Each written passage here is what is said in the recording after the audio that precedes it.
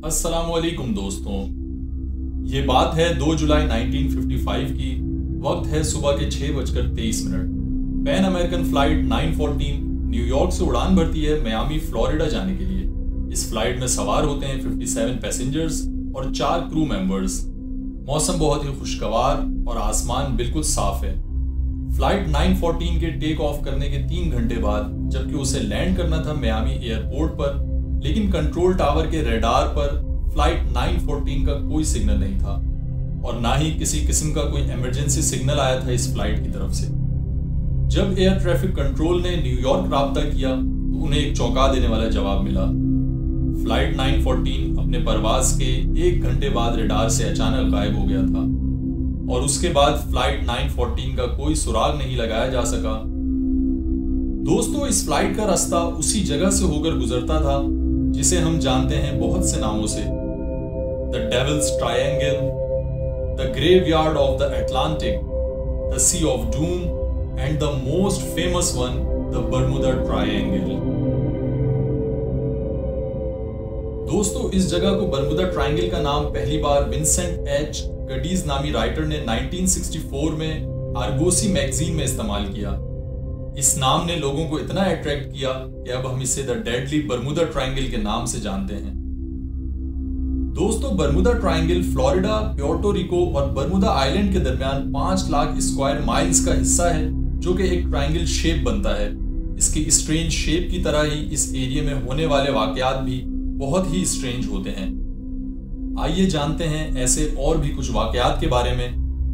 दोस्तों, 1918 US navy का सबसे बड़ा और सबसे तेज जहाज यूएसएस साइक्लोप्स अपने सफर का आगाज करता है वॉशिंगटन के करीब वेस्ट इंडीज बाल्टीमोर से और इसकी डेस्टिनेशन होती है ब्राजील। इस शिप में मौजूद होते हैं 306 मुसाफिर और 11,000 टन मैंगनीज। जहाज के निकलते वक्त कैप्टन के अल्फाज होते हैं, all is set, we are ready to move. दोस्तों, ये कुल मिलाकर 9 दिन का सफर था, लेकिन ये जहाज अपनी मंजिल पर कभी नहीं पहुंचा। ये जहाज यूएस नेवी के लिए बहुत इंपॉर्टेंट था क्योंकि ये वर्ल्ड वॉर 1 में transportation of coal and food के लिए यूज हो रहा था। यूएस नेवी बहुत हैरान थी कि इतना बड़ा जहाज अचानक कैसे गायब हो सकता है।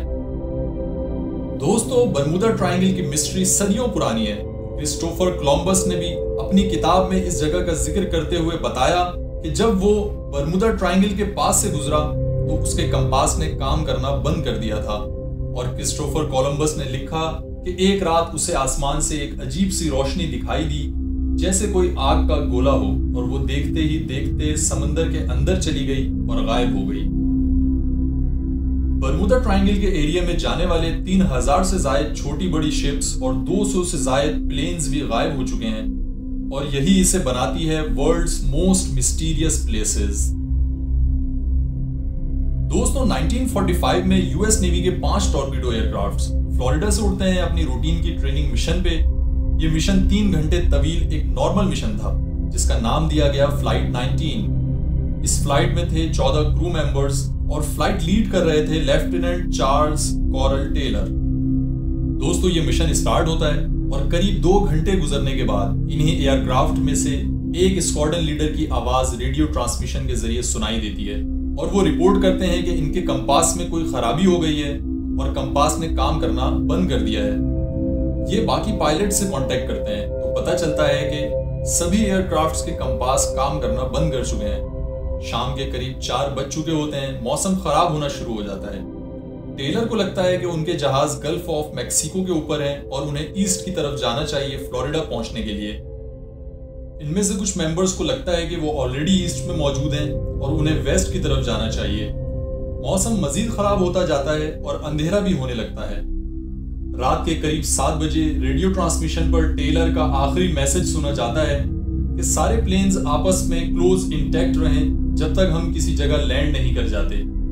इसके बाद से आज के दिन तक उन 5 एयरक्राफ्ट्स का कुछ भी पता नहीं चला कि वो कहां गायब हो गए। इन 5 एयरक्राफ्ट्स को तलाश करने के लिए एक रेस्क्यू मिशन किया जाता है जिसके लिए search and rescue Mariner aircraft को भेजा जाता है और इस मिशन में 13 क्रू मेंबर्स हिस्सा लेते हैं और ये मिशन स्टार्ट होने के कुछ ही घंटों बाद ये एयरक्राफ्ट भी गायब हो जाता है।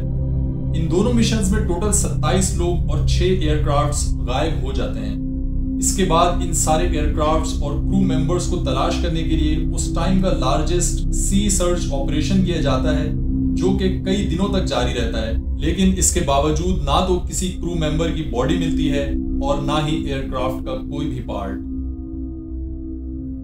दोस्तों, बरमुदा ट्रायंगल के बारे में बहुत सी बातें सुनने को मिलती हैं। कुछ का कहना है कि ये जगह एक शैतानी तिकोन है जहां दज्जाल कैद है। कुछ का कहना है कि ये जगह किसी थर्ड डायमेंशन की तरफ एक पोर्टल यानी दरवाजा है जो इन लोगों को किसी दूसरी दुनिया में पहुंचा देती है। और कुछ लोगों का मानना है कि बरमुदा ट्रायंगल में एलियंस रहते हैं जो वहां से गुजरने वाली हर चीज को अपने कब्जे में कर लेते हैं ताकि उनका राज कभी ना खुल सके। दोस्तों, अगर आप भी बरमुदा ट्रायंगल से जुड़ी कोई ऐसी कहानी जानते हैं, कमेंट सेक्शन में जरूर हमें आगाह कीजिएगा। उम्मीद है ये वीडियो काफी इंफॉर्मेटिव रही होगी। वीडियो पसंद आई हो तो चैनल को सब्सक्राइब करें और बेल आइकन जरूर प्रेस करें ताकि न्यू आने वाली वीडियोस की नोटिफिकेशन आपको मिलती रहे। मिलते हैं नेक्स्ट वीडियो में।